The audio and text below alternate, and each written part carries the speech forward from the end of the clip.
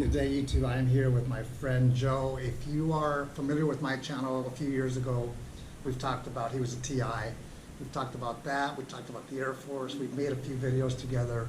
This is a special one because it's fast forward years later. We met in 2020. He's from San Antonio. I'm from Los Angeles. He joined the Air Force. I joined the Air Force. We have very similar backgrounds. We're Hispanic, American, Mexican American, and fast forward where we are now, it's just crazy. But Joe is very wise. We're very similar, and that's not to be, a show off or anything. But we just conceited or anything. It's just, we've seen a lot of good and a lot of bad, and we've taken from that. But Joe, why did you join the Air Force? So, yeah, I joined the Air Force for many reasons why a lot of people join the Air Force, especially when I used to be a drill sergeant in basic training. I'd hear these and I'd ask these questions: why did you join the Air Force? And most of the time you get, for education purposes. My parents served, or family members served. Others just wanted to get an escape from where they were. Some others just wanted different things. I was adopted when I was 16 and I moved to Wisconsin. My family that adopted me were absolutely amazing, but they could not afford to send me to college. Interestingly enough, even if they could, I couldn't have gone to college because I didn't have the academics. I barely graduated high school with a 1.98 GPA. So college was never in the books for me.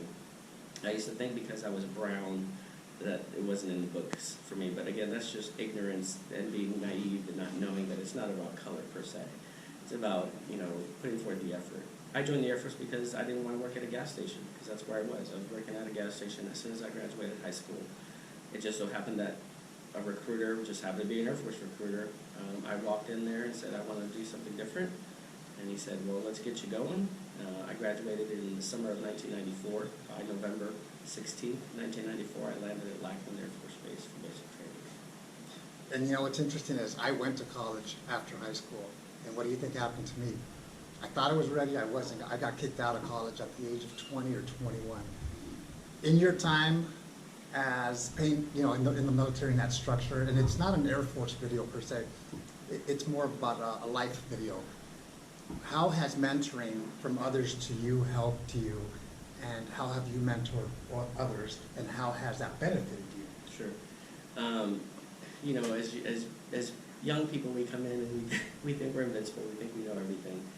And you have these old people, if you will, and I don't mean that in any negative way. They're older, they're wise, they really are, and they try to give you little nuggets of information. If you make a decision that maybe you're doing because you don't know, you don't have the knowledge, they try to steer you in one way to try to help you. Sometimes we listen to it, sometimes we don't, kind of like our parents. But when you fast forward several years later, you realize, you go back to that moment in time and you realize that they were right, and you just failed to see that.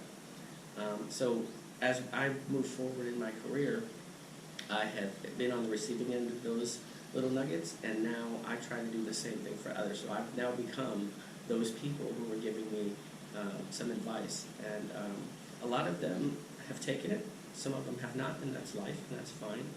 But what I've realized is that those people that do take the advice, and you see them grow and reach their goals and their dreams, it is the most fulfilling thing you could ever ask of anyone, because you put yourself in a position where, had I done that, like this individual just did, he took the advice, I could have been so much more better off. And don't get me wrong, Hugo and I are very blessed because we did have a lot of those mentors. And we actually did listen to a lot of them later on in life, in our careers. And it gets us to a place where we look at each other. Just this morning we were talking and saying, can you believe this? 22 years ago, we were just lonely senior airmen, not knowing anything. We were both E4s when we met. He got promoted to Staff Sergeant E5 shortly after. I remember going to his promotion ceremony, and there was, 100 people at Maxwell Air Force Base. One thing that I do want to ask is, tell me the importance of having a vision, whether it's education, whether it is what you want to do in 4 years or 5 years, a vision in life. Right.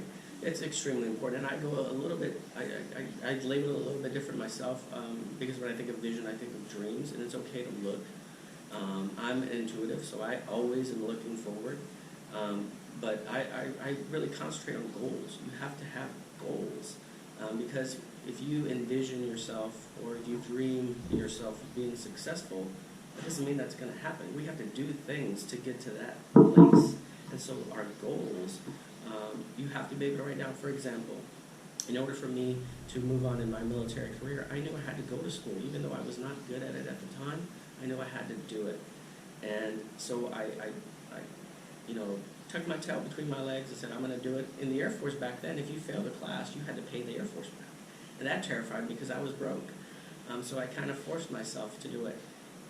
That being said, that goal to try to receive a diploma, whether it's an associate's degree or a bachelor's degree or a master's degree, I had to do those things. I wrote my goals down. I had to say, in order for me to get a bachelor's degree, I have to first get an associate's degree. In order for me to get a master's degree, I have to first complete my bachelor's degree.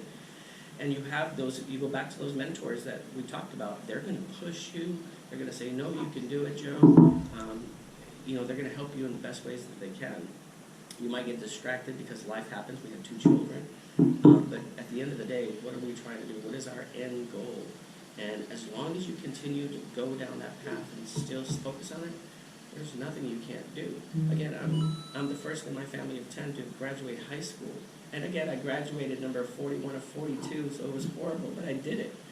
I was the first in my family to graduate college. I finished my career with 3 associate's degrees I was so proud of. And then I went on to get my bachelor's degree in education. And then I went on to get my master's degree. All these things, for what it's worth, I didn't need those things in the Air Force, but those were goals that I had to achieve and get me to a place where it would allow me to be where I am here 22 years later. So that's what I say. Write it down. Stick to it. If you fall off the track, get back on that horse. Let's go. Move forward. Surround yourself around the people that are positive to you. You're always going to have naysayers. You're always going to have haters. And that's okay. Haters are good. Haters are good because they motivate you. They're a great motivator. Just like a horrible supervisor is actually not a bad thing. You learn more from a bad supervisor than you will from a good supervisor. And that's the lesson in life that those older people used to mentor me, and I hated it because I'm like, no, I hate him. He's a horrible supervisor. No, learn from him. Don't be him. And that's where it helped me get to where we are, and people too. Now, one of the things that as I'm listening, I love is education, and I'll take it a step further. Learn, be educated outside of the classroom as well, in life, because those are going to be sometimes even bigger nuggets on what to do, what not to do, making adjustments. This video I'm going to wrap up in 2 minutes because I'm going to keep them down to 10 minutes. But we're going to do another one and maybe even another one because there's so many topics. And not in this one, but do you like money? Yes. I mean, we all like money.